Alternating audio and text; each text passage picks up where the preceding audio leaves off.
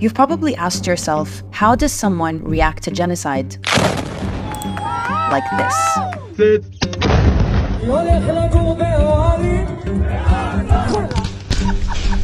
With your babies here. The answer is they've been conditioned to, and it starts in their education system.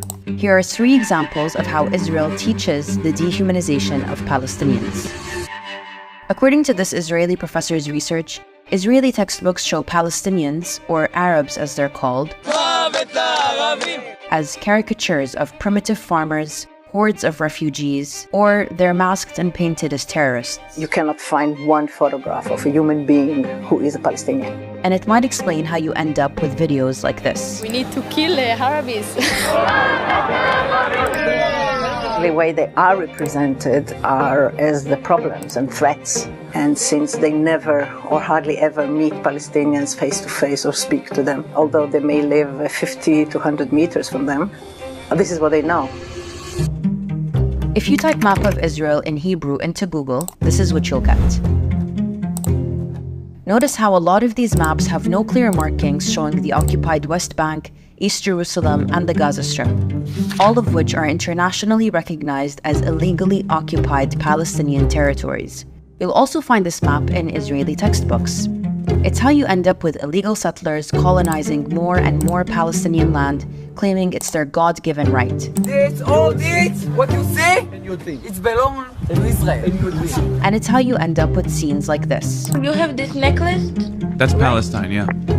This is Israel. הארץ שלנו. כל הארץ. כולל עזה.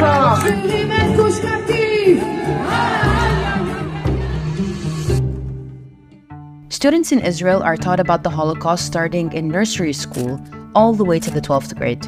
Part of that learning is looking at horrifying images, or exercises that encourage students to put themselves in the shoes of the victims and relate to the experience. The identification of students with the victims isn't a coincidence.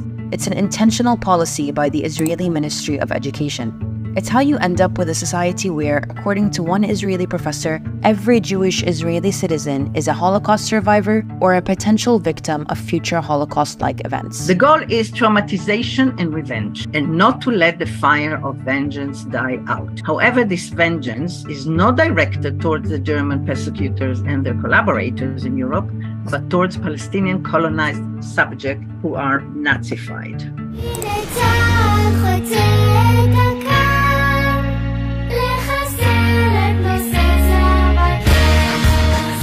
The fact that Palestinians had nothing to do with the Holocaust and that they are the ones currently being exterminated seems to be irrelevant. With this weaponization of the Holocaust, Zionism isn't seen for the settler colonial racist ideology that it is, but as the savior of the Jewish people. And it's this thinking and this fear that is weaponized to justify the violence of the Zionist state. That it must exist and do whatever is necessary to defend itself so that another Holocaust would never happen again. That's how you end up with videos like this. It is a terrorist organization which murders Jews because they're Jews. Once the Jewish people were defenseless, no longer. So why does this matter? Israelis spent 12 years in this education system, teaching them to dehumanize Palestinians and see them as people looking to eliminate Jews, not an oppressed, colonized people looking for freedom. And once they graduate, most Jewish Israelis will go straight to the military to do their 2 to 3 years of mandatory service, where they become the front lines of apartheid and occupation. That's how we end up with videos like this.